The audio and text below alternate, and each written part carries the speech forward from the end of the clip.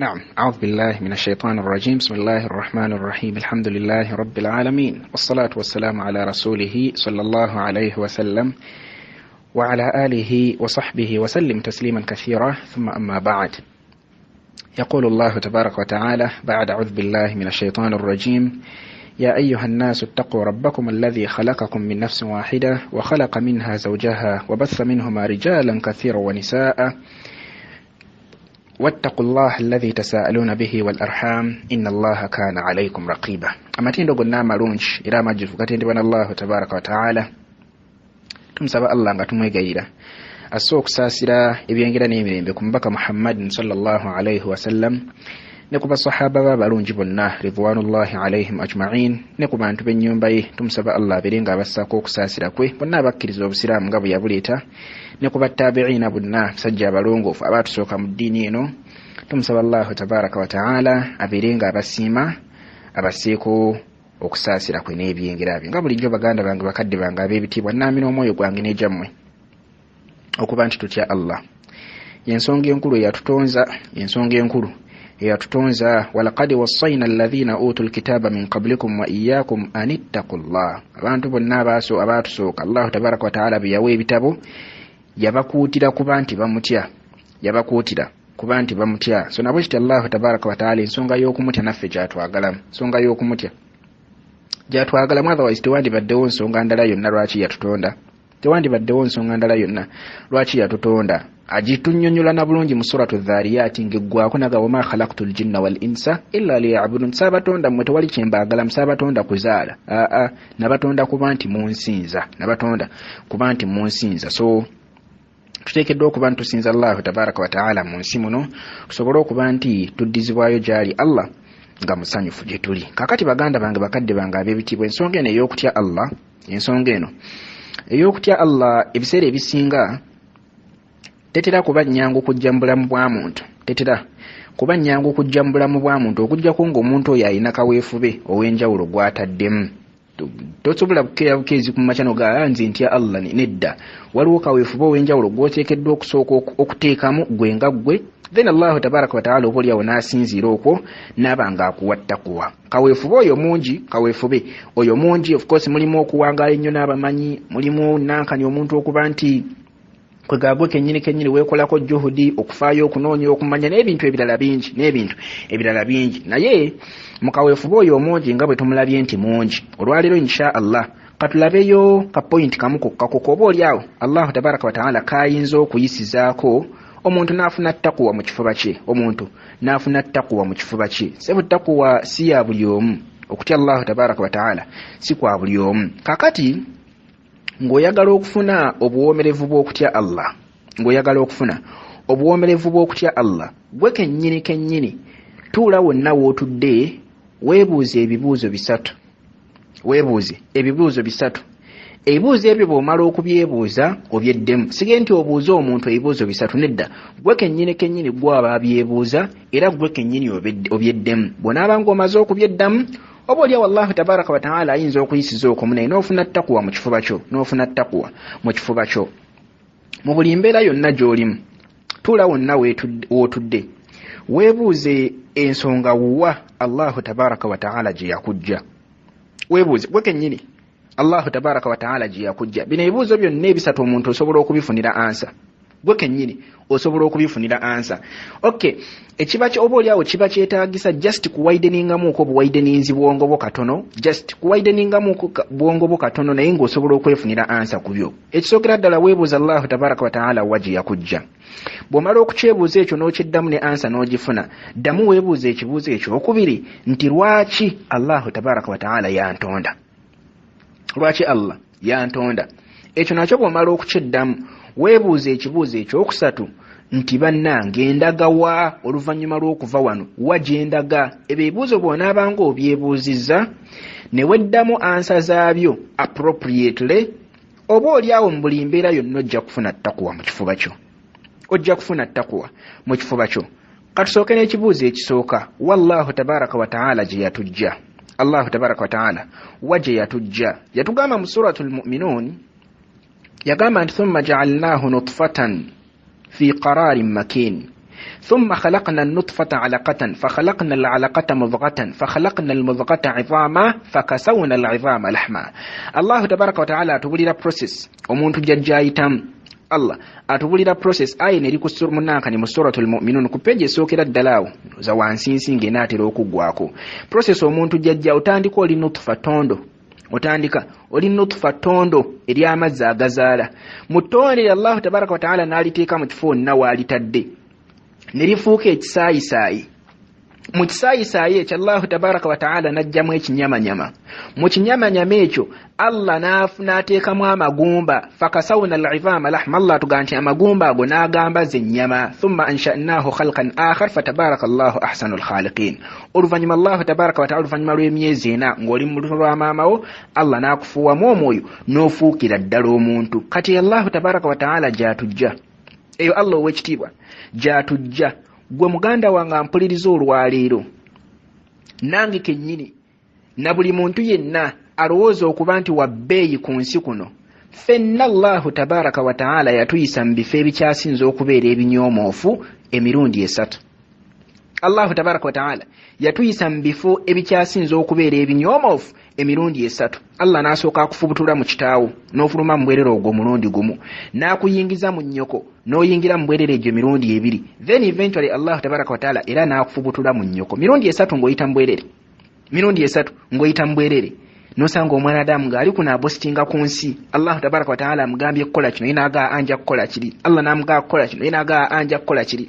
Kati Allah tabaraka wa taala mu mbeera eyo n'akuteeka ku nsi ng'oli kitonde kinafu, ng'oli kitonde kinafunga ne bwe ziba nsanafu ne zijja zikuyitamu awo ky'osobola okukola kiri kimu kuba mulanga n'owoowoola nga tosobola wadde okwetaasa, nga tosobola wadde okwetaasa. Mu kaseera nga baakakuzaala, mu kaseera awo nga baakakuzaala ne bw'eba nvunyu nejja ku mumwago oba tosobola kujejja kuba tosobola kugigoba, mpozi ekyamakulu ky'oyinza okukola ne Allah bw'abaggeredde n'eyingira mu kamwa kugirya. Allah abaggeredde n'eyingira mu kamwa ky'osobola okukola kugirya. Kati Allah tabaraka wa taala n'akujja eyo mpola mpola n'ajja akulera.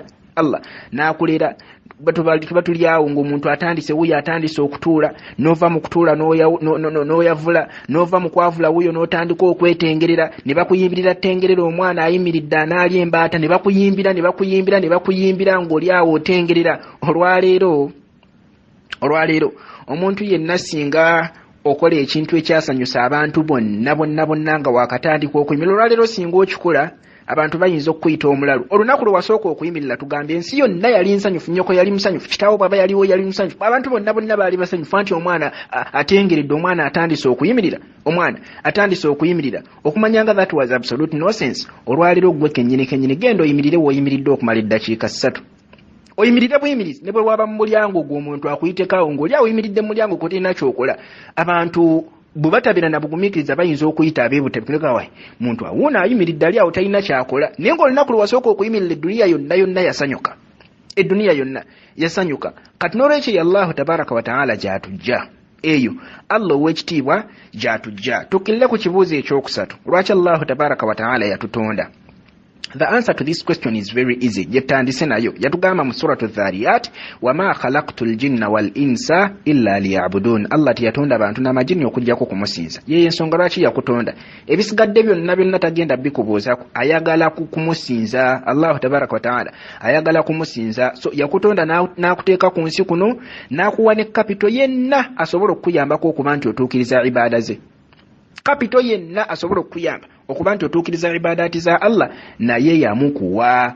Omuntu olina emikono osobola okugenda mu masjidi n'osaala, olina ebigere, omuntu olina olubuto osobola okusiiba, omuntu olina olubuto osobola okusiiba. Bwe kuba kuwaayo teri muntu asobola kubulwa ne bwe ziba nnusu 10 asobola kuwaayo, abadan taliiyo. Kuba ne bw'oba ng'olina nnusu 5 ku 5 ebyo osobola okugyako 10 n'owaayo 10 ekyo n'osigazaamu ebina n'ogenda weetetenkanya n'ebyo. Kati assets zonna omuntu z'ayinza okwetaaga okuba nti ayimirizawo ibadaati za Allah zonna Allah yazimuwa. Teri muntu agenda. Olwaleero nabawa example ne mbaga omuntu ku nsi kuno ayinza okuba nga alina business gy'ayagala okukola naye nga miskini talina capital, n'alemesebwa okuba nti akola business eyo. Lwaki? Lwa nsonga talina capital. Kati ibaada za Allah teziriiko ebyo nti ate munayinza sisobodde kusaala lwaki anti sirina capital nsobozesa kusaala. Kiki otalina mikono magulu ate nga ne bw'aba nga talina mikono talina magulu nasila asobola okusaala. kati ibada za Allah tabaraka wa taala zayagala tuyimirizeewo yatutonda n'atuwa ne capital ajja okusobola okuba nti atusobozesa okuyimirizaawo ibadaati ezo kyekibuuzo ekyokubiri lwaki Allah tabaraka wa taala yatutonda tukkirire ku kibuuzo ekyokusatu tulagawa ekibuuzo ekyokusatu tulagawa bwe tuba nga tumaze okuva mu nsi muno waje tulaga Allah atugamba mu suratu qiyama ng'eggwako nti waltaffati ssaaqu bissaaq olunaku olwo Allah tabaraka wa taala lwagenda okugatta entumbwe ku ntumbwe entumbwe eyo bagigatte ku ntumbwe zeegatte bwe ziti ila rabbika yawma idhi lilmasaaq oli nnyo otandika okutindigga olugendo olukuzaayo wallahu tabaraka wa taala ew'omulezi wo otindige oddeyo olugendo olukutambuza okukuzaayo mu maaso ga Allah tabaraka wa taala fala saddaqa wala salla walakin kadhaba wa tawalla Allah bw'aliggerera n'obanga walimbisa amateeka ge tewalowooza nti ga mazima ebiswala gwe n'otabifaako n'olimbisa walakin kadhaba wa tawalla n'olimba amateeka ga Allah tabaraka wa taala n'ogakuba n'ogasuula muguluka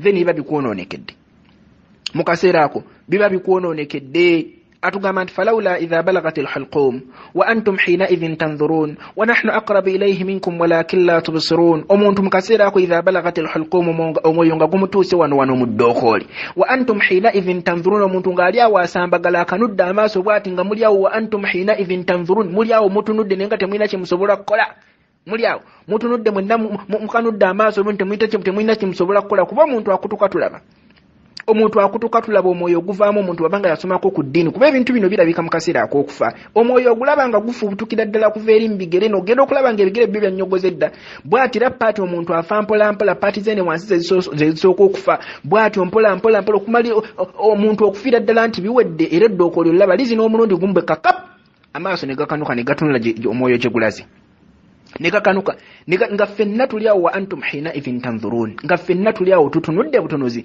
tetulina kye tusobola kukola mu malwaliro basooka kulowooza nti omuntu kyekitta abantu ne basooka kulowooza nti mazzi omuntu omubiri kasita guggwamu amazzi ng'alyoka afa ne bateekayo amazzi era omuntu olutuuka mu ddwaliro oba bamuteekako ccupa y'amazzi bagenda okulaba abantu still bakyafa ne bagamba nti igi ddala kyekitta omuntu ne bagamba ne balowooza musaayi ne bateekayo amacupa g'omusaayi bagenda okulaba still ng'abantu bakyafa ne bagamba ne kyekitta omuntu ne balowooza nankani muntu kasitaba nga oxygen gwasizaako amuweddeko era n'oxygen ne bamuteekayo mu malwaliro na buli kati abantu bakyafa kati wa antum hina idhin tanzurun muli awo mutunuulidde omuntu nga mulaba akutuka naye nga temulina kye musobola kukola wa nahnu aqrabu ilayhi minkum walakin la tubsirun Allah agamba mu kaseera ako ng'omuntu oyo tumuli kumpi ng'omuntu oyo tumuli kumpi naye nga temulaba nga temutulaba temumanyi tumanyi nti Allah tabaraka wa taala asindisa bamalayika bali awo bazze kunona mwoyo gwa muntu ono kati omuntu olunaku lwennyini lwafa omuntu olunaku olwo lwennyini lwafa olunaku olukyasinza okubeera oluzibu mu bulamu bwe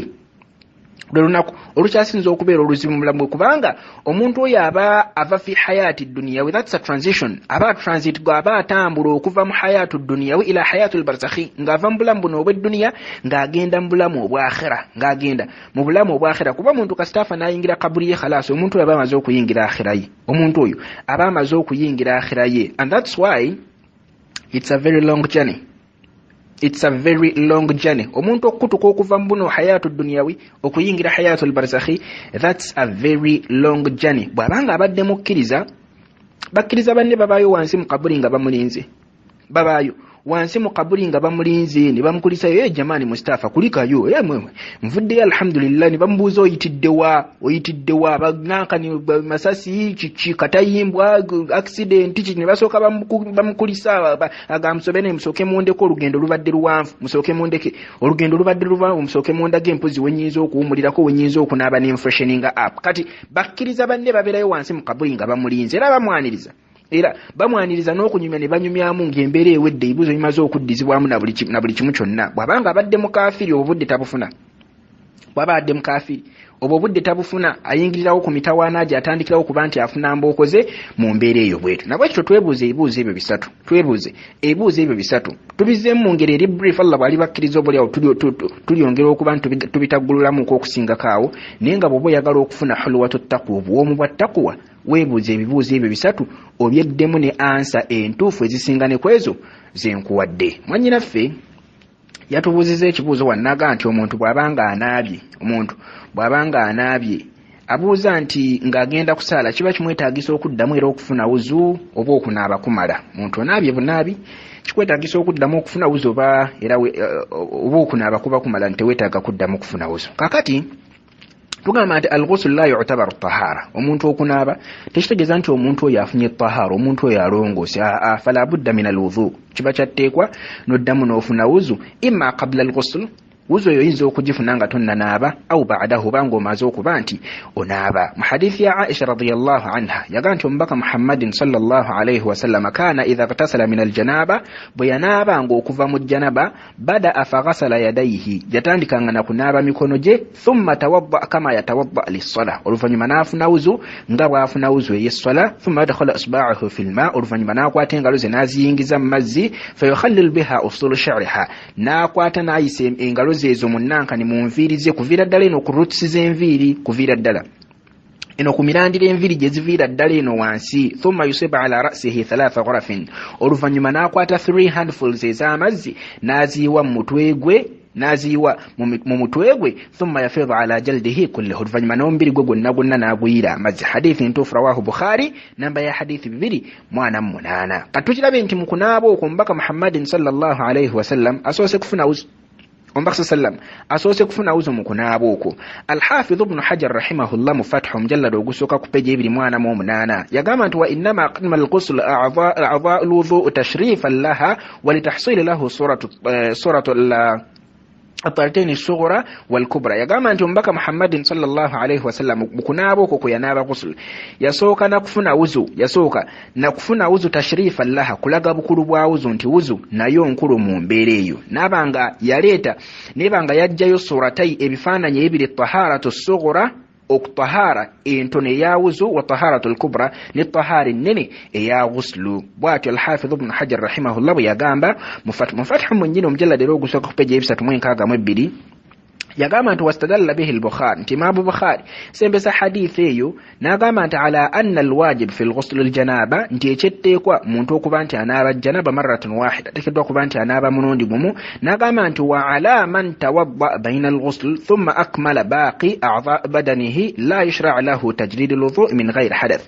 Yagamba nti omuntu yenna, Imam Bukhari yesembesa hadithi ya Aisha radhiyallahu anha, n'agamba nti omuntu yenna kasitaba nga afunye wuzu, kasitoba ng'onaabye bw'otyo ng'omubaka sallallahu alayhi wasallam bwe yanaaba makulu n'ofuna wuzu nga honnaba kuba nti onaaba, yagaa tekikwetaagisa kuddamu kunaaba ng'omaze okufuna wuzu.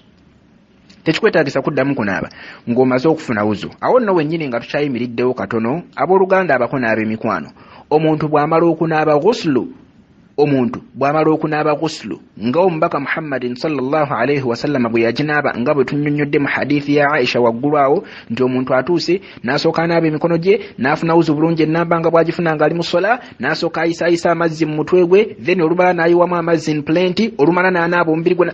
Janaba wuzuyo ghuslu yo n'ogifuna mu mbeera efaanana bw'etyo. Bw'omaliriza okunaaba ghuslu tekikwetaagisa kuddamu kufuna wuzu. Tetuteekamu magezi gaffe.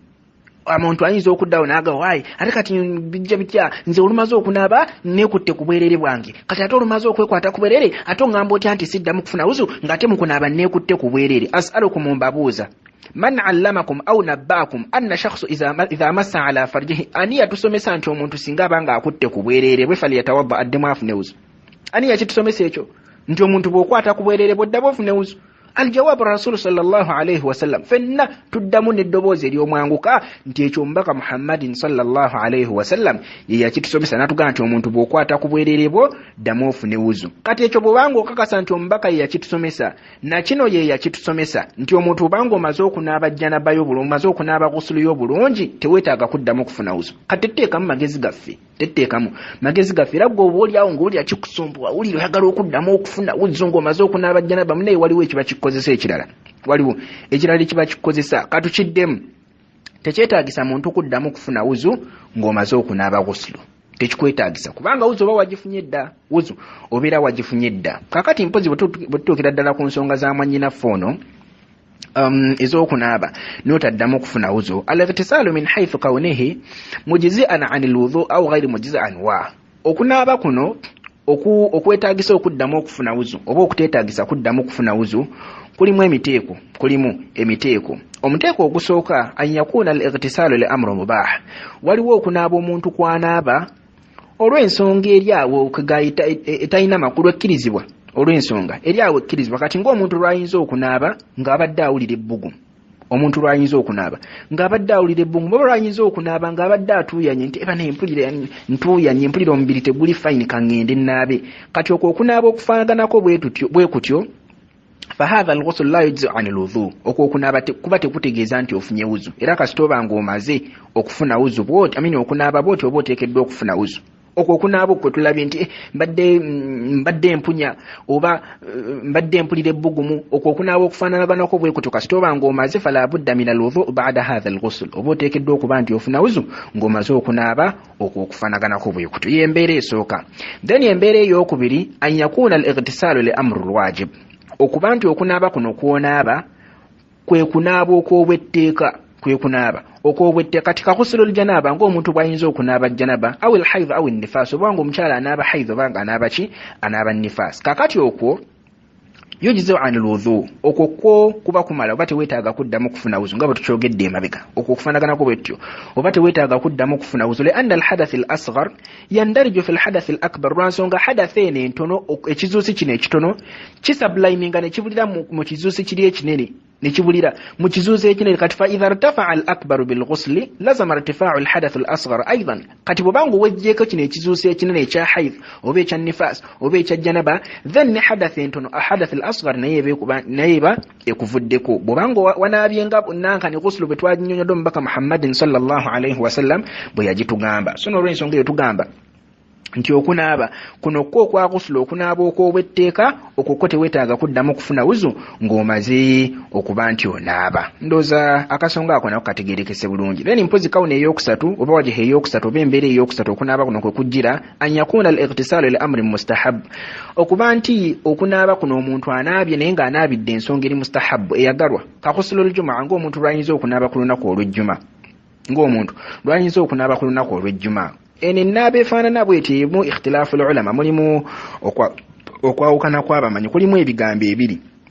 Abamanyi abamu bagamba nti annahu yarfa al-hadath al-asghar, abamu bagamba nti kiba kimala teweetaaga kuddamu kufuna wuzu ng'onaabye olunaaba lw'ejjuma, abamu bagamba nti toddamu kufuna wuzu. Bw'atyo Imaamu Ahmad ibn Hanbal bwe yagamba. In fact Sheikh Mansour al-Buhuti mu kitabo kye bayita Daqaa'iqul Awla an-Nahy omujallada ogusooka ku peegi ya 55 yagamba nti waman nawa ghusla masnunan ajza anil akhir, omuntu kasita aba ng'aleese enniya ey'okunaaba okwa sunna, kati nga bwe tulabye okunaaba kuno okw'olunaku olw'ejjuma kuba kumala oba teweetaaga kuddamu kuba nti ofuna wuzu. So kye kigambo ekisooka. Abamu bagamba nti kasita oba ng'omaze okunaaba okwa sunna teweetaaga kuddamu kufuna wuzu. Then ekigambo ekyokubiri bagamba nti annahu la yujza an alwudhu fala budda min alwudhu ma alghusl. Manya abamu bagamba nti nedda ne bw'oba ng'onaabye kunaaba kwa jjuma, kunaaba kwa jjuma era oteekeddwa okuddamu n'ofuna wuzu, Kati Sheikh Muhammad bin Salih al-Uthaymin rahimahullah yatugamba mu kigambo kye tugenda okufundikira nakyo, yabuuzibwa ne bamubuuza ku nsonga eno ey'omuntu okuba nti bw'abanga anaabye kimwetaagisa okuddamu okufuna wuzu oba tekyetaagisa. Yaddamu n'agamba nti at-tabarrud laysa ibada wa laysa ta'a, nti omuntu okunaaba olw'ebbugumu ng'obadde weekoolinga bwekoolinzeyo si ibaada, okwo si kugondera Allahu tabaraka wa ta'ala. N'agamba nti fa idha ightasala lit-tabarrud, omuntu singa abanga anaabye kuba nti akoolinga olw'okuba ebbugumu libadde limuliko, lam yujzi'uhu anil wudhu, omuntu oyo kiba tekitegeeza nti afunye wuzu, amakulu kiba kyatteekwa okuba nti addamu n'afuna wuzu ng'amaze okunaaba. N'agamba nti alladhi yujzi'u anil wudhu huwa al-ghuslu min al-janaba, omuntu waateetaagira kuddamu kufuna wuzu, amakulu nti ng'okunaaba kutegeeza nti ofunidde ddala wuzu ye janaba.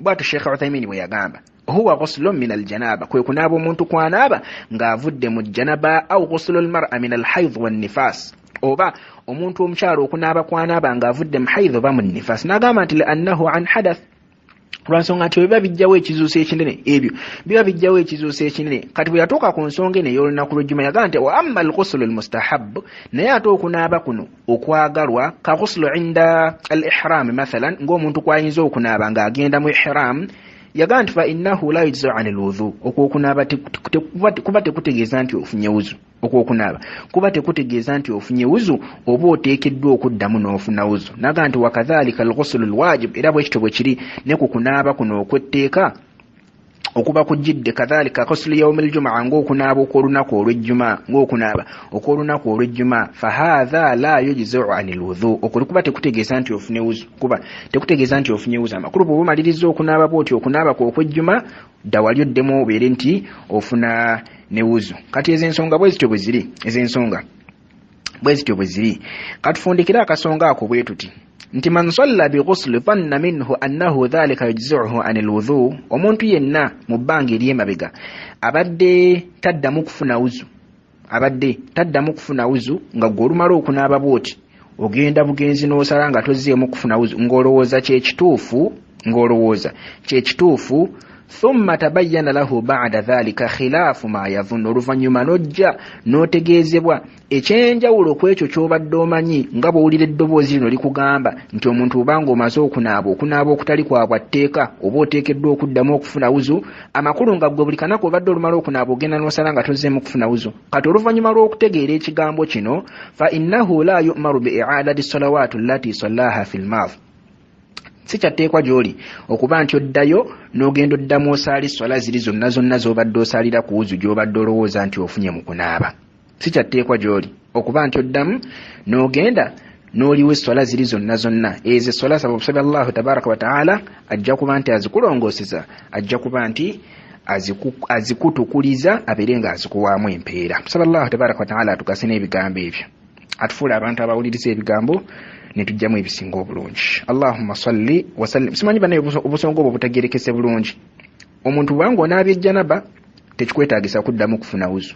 Okunaaba okulala kwonna ku kigambo ekyasinza okubeera ekituufu, okunaaba okulala kwonna nga tonaabye janaba oba haidh oba nifaas, okunaaba okulala kwonna kasitoba ng'omaze okunaaba ddamu ofune wuzu. اللهم صل وسلم على سيدنا محمد وعلى آله وصحبه وسلم والحمد لله رب العالمين. السلام عليكم ورحمة الله وبركاته.